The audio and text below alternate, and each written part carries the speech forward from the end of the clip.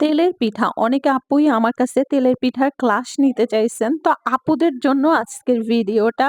এই ভিডিওটা সম্পূর্ণ দেখলে আর ফলো করলে আপনাদের আর পয়সা খরচ করে ক্লাসটা নিতে হবে না। কারণ পিঠাটা বানানো অনেক, অনেক সহজ।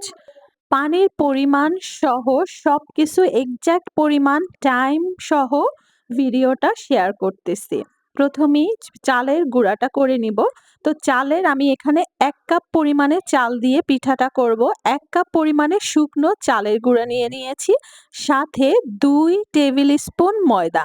১ কাপ চালের গুঁড়ার জন্য ২ টেবিল স্পুন ময়দা আর ১ টেবিল স্পুন পাউডার মিল্ক। শুকনো উপকরণগুলো একটু হাত দিয়ে মিলিয়ে নিচ্ছি। এরপর রুম টেম্পারেচারে থাকা ১ কাপ পানি নিয়েছি। যে কাপ দিয়ে চাল মেপে নিয়েছি ওই কাপেরই সমান ১ কাপ পানি নিয়েছি। তবে পানিটা কিন্তু আমি একবারে দিব না। অল্প, অল্প করে হাত দিয়ে সুন্দর করে মাখাবো। এই পার্টটা আপনার হাত দিয়েই করতে হবে। অল্প, অল্প দিয়ে সুন্দর করে ডোটা একটু মাখায়ে নিতে হবে। আমি ৫ মিনিটের মতো ডোটা মাখাইছি। তো ৫ মিনিট অবশ্যই আপনাকে ডোটা ভালো করে হাত দিয়ে মথে নিতে হবে।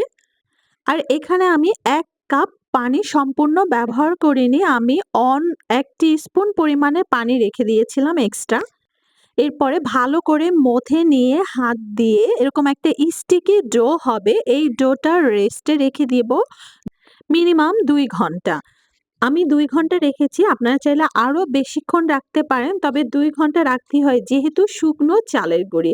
আপনারা যদি ফ্রেশ চালের গুঁড়ি দিয়ে করেন তাহলে কম রাখলেও হবে। কম চাইম ০.৫ ঘন্টা পরে। বাট শুকনো চালের গুঁড়িতে অবশ্যই আপনাকে মিনিমাম ২ ঘন্টা রেস্টে রাখতে হবে। ২ ঘন্টা পরে স্প্যাচুলা দিয়ে আমি মিশিয়ে নিচ্ছি আর অল্প যে এক্সট্রা পানিটা ছিল সেটাও দিয়ে দিলাম। এরপরে আমি লবণ আর চিনি দিব। তো এখানে আমি 1/4 টিস্পুন 1/4 টিস্পুন পরিমাণে লবণ দিয়েছি আর চিনি দিচ্ছি 1/4 কাপের থেকে 1 টেবিল স্পুন পরিমাণ কম। প্রথমে আমি চিনি নিয়েছিলাম 1/4 কাপ বাট 1/4 কাপ আমার লাগে নাই। ১ টেবিল স্পুন পরিমাণ কম ছিল 1/4 কাপ চিনি। তো কেউ চাইলে এ পর্যায়ে কিন্তু আপনারা গুড়টা ব্যবহার করতে পারেন বাট আজকে আমি চিনিটা দিয়ে দেখাচ্ছি।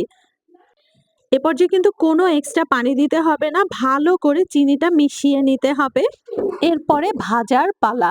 তো আমি ১ম বার যখন ভেজেছি পিঠাটা আমার নষ্ট হয়েছে, ফুলে ওঠে নাই। কারণটা ছিল তেলটা ভালো করে গরম হয় নাই। তো ডুবো তেল আপনাদের নিতে হবে আর পাতিলটা পছন্দ করতে হবে ননস্টিক যেটার সাথে, সাথে দিলে তলাটিতে যেন না লেগে থাকে এরকম। ননস্টিক একটা প্যানে আপনি ডুবন্ত তেল দিয়ে যখন তেলটা ভালো গরম হবে, আমার চুলার জাল ছিল মিডিয়াম টু হাই এর মাঝামাঝি। চুলার জালটাও ভ্যারি করে। তেলটা কিন্তু ভালো করে গরম হলে পিঠাগুলো আপনার ফুলবে আর পারফেক্টলি আমার একটা পিঠাও তারপরে আর নষ্ট হয় নাই। আমার ১ কাপ চালের গুঁড়ায় ৭ টা পিঠা হয়েছিল। আর একটা পিঠা ভাজতে আমার ১.৫ থেকে ২ মিনিট লেগেছে। আপনারা যেটা ক্রিসপি একটু শক্ত করতে চান সেটা ২ মিনিট ভাজবেন আর যেটা সফট করতে চান সেটা ১.৫ মিনিট ভাজবেন। আর পিঠা দেওয়ার পরে ৪০ সেকেন্ডের মধ্যেই কিন্তু পিঠাটা ফুলে উঠছে। তারপর আমি জাস্ট উল্টে দিয়ে ভেজে ফেলছি। আপনারা রেসিপিটা যদি একদম সম্পূর্ণ ফলো করেন, বিলিভ করেন আপনাদের অবশ্যই, অবশ্যই তেলের পিঠা হবে।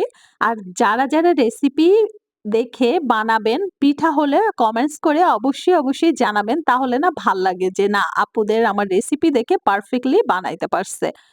আর যারা গুড় ব্যবহার করবেন, গুড়টা কিন্তু গরম করে মানে মেল্ট করে তারপরে রুম টেম্পারেচারে নিয়ে এসে তারপর গুলাতে হবে। আর তখন পানির পরিমাণটা কিন্তু একটু কম দিতে হবে। কারণ গুড়টা তো লিকুইড হয়ে যায়।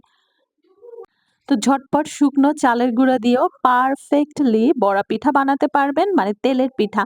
আমাকে আপুরা জিজ্ঞাসা করছে কোন চালের গুঁড়াটা ব্যবহার করব। আপুরা যে কোনো ব্র্যান্ডের শুকনো চালের গুঁড়া হোক বা আমেরিকান দোকানেও অনেক কেনা চালের গুঁড়া মানে যে কোনো চালের গুঁড়াই কিন্তু এই তেলের পিঠাটা হয়। তেলের পিঠাটা প্রবলেম করে না চালের গুঁড়ার জন্য। ইভেন টেস্টও বেটার থাকে। আর আমার পিঠাগুলা এত পারফেক্ট হইছে আলহামদুলিল্লাহ।